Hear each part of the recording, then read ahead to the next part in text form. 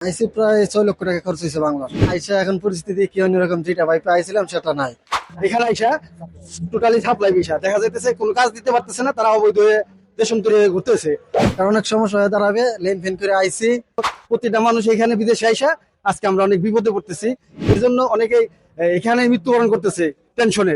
আসসালামু আলাইকুম বন্ধুরা, সবাই কেমন আছেন? নিশ্চয় সবাই ভালো আছেন। আজকে নতুন একটি ভিডিও নিয়ে আপনাদের সামনে চলে আসলাম। আমি মোশাররফ হোসেন। আমি এই মুহূর্তে দাঁড়িয়ে আছি সৌদি আরবে। আপনারা দেখতেছেন আমার পিছনে অনেক লোকজন আছে। এটা হচ্ছে একটি কোম্পানির ভিলা।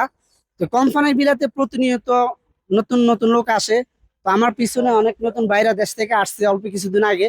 তো আমরা এখন তাদের কাছ থেকে জানবো যে তারা সৌদি আরবে কত টাকা খরচ করে প্রবাসে আসছে এবং কত টাকা বেতনে আসার পরে তাদের অনুভূতি কি, তারা যে এত টাকা খরচ করে প্রবাসে আসলো আসলে কি মনে হচ্ছে এখন এখন তাদের কাছে। তো পুরো ভিডিওতে ইনশাল্লাহ এই বিষয়গুলো জানার চেষ্টা করব। অবশ্যই ভিডিওটি শেষ পর্যন্ত দেখবেন। ইনশাল্লাহ আশা করি ভিডিওটি ভালো লাগবে। তো বন্ধুরা, তো আমি এখন এই যে আমার বাংলাদেশি ভাই, তারা কিন্তু নতুন আসছে, অল্প কিছুদিন হয়েছে। এখন তাদের কাছ থেকে কিছু জানবো তারা কত টাকা খরচ করে আসছে। আসসালামু আলাইকুম। ওয়ালাইকুম আসসালাম। কি অবস্থা ভাইয়া, ভালো আছেন? আলহামদুলিল্লাহ ভালো আছি, আপনি কেমন আছেন? জি আলহামদুলিল্লাহ। আপনার দেশের বাড়ি কোথায়? দেশের বাড়ি নরসিংদী জেলা রায়পুরা থানা। আচ্ছা, এই যে কোম্পানিতে আসলেন কত টাকা খরচ করে আসছেন? আইসি প্রায় 6 লক্ষ টাকা খরচ হয়েছে বাংলার। বাংলা 6 লক্ষ টাকা খরচ করে? জি। মাশাল্লাহ, উনি 6 লক্ষ টাকা খরচ করে বর্তমানে সৌদি আরবে আসছে। আচ্ছা, এই যে 6 লক্ষ টাকা খরচ করে আসলেন, কত টাকা বেতন? বেতন 700 টাকা, বাংলার 21,000। শুধুমাত্র 700 রিয়ালের বেতনে 6 লক্ষ টাকা খরচ করে আসছেন। তো এখন যে এত টাকা খরচ করে আসলেন, কি মনে হয়? আইসি এখন সৌদি আরবে আইসি আইসা এখন পরিস্থিতি কি অন্যরকম, যেটা ভাই পাইছিলাম সেটা নাই। এখন আইসি আইসা দেখি পরিস্থিতি খারাপ। 6 লক্ষ টাকা খরচ করে আইসি 700 টাকা বেতনে বাইরে যদি কাজ কাম না করতে পারি, তাহলে এত টাকা তোলা আমাদের পক্ষ থেকে অনেক মুশকিল। কারণ অনেক সমস্যা হয়ে দাঁড়াবে, লেন ফেন করে আইসি। তো যারা যারাই দেশে থেকে বিদেশে আসবেন, সৌদি আরবে আসবেন, বিশেষ করে কোম্পানিটা যাচাই করে আসবেন। বেতনটা একটু বাড়তি দিকে আসবেন, যেমন 1200 থেকে 1500 টাকা বেতন। তাইলে আপনার বাইরে কাজ না করলেও চলবে। আর যদি আমাদের মতো 600-700 টাকা বেতনে আসেন, তাইলে 6 লক্ষ টাকা তোলাটা অনেক ডিফিকাল্ট হয়ে যায়, যেটা আমাদের পক্ষে কষ্ট হয়ে যায়। এটা এই বেতনে থাকাটা খুব কষ্ট। আর যেরকম দেখেন, আমাদের বাংলাদেশ থেকে আসলে 6 লক্ষ টাকা খরচ হয়। পাশের দেশ ইন্ডিয়া, ওইখান থেকে আসলে মাত্র টাকা লাগে 60,000-70,000 টাকা। ওদের বেতনও বেশি, ওদের বেতন 1500-1200 টাকা বেতন। আচ্ছা, উনি অনেক কথাই বললো। আমি লাস্ট একটা কথা ওনার কাছ থেকে জানবো, এই যে 6 লক্ষ টাকা খরচ করে আপনি আসছেন, এটা তো সম্পূর্ণ আপনার ক্যাশ টাকা ছিল না? না না না, লেনাদেনা করে আইছি। নিশ্চয় আপনি ঋণ করে আসছেন।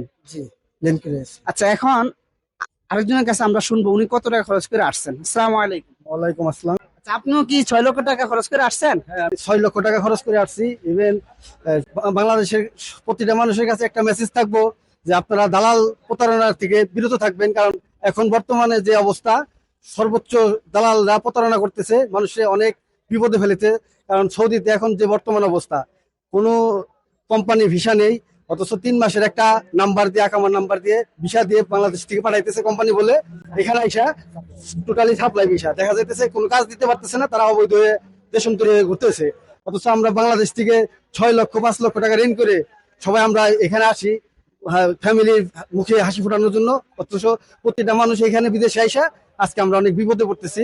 আমাদের বাংলাদেশের সরকারের কাছে অনুরোধ যে সে যেন খুবই এটা দ্রুত পদক্ষেপ নেয়, যে বাংলাদেশে যে দালালরা প্রতারণা করে, এটার থেকে যেন সাধারণ মানুষের হয়রানি না হতে হয়, এদিকে একটু দৃষ্টি দেওয়ার জন্য আমাদের সরকারের কাছে অনুরোধ রইল।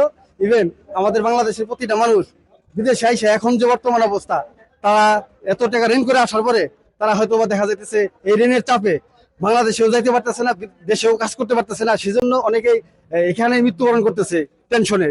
তো এদিকে সবার কাছে দৃষ্টি আকর্ষণ থাকবো যে আপনারা বিদেশে আসলে জাস্টিফাই করে আসবেন, ইভেন দালাল প্রতারণা থেকে বিরত থাকবেন। এই আর যাক, ভাইজানকে অনেক ধন্যবাদ, উনি অনেক সুন্দর কথা বলছেন। তো আমার পাশে আরো একটা ভাই আছে, তো আমরা এখন ওনার কাছ থেকে জানবো আসলে উনি কত টাকা খরচ করে আসছেন।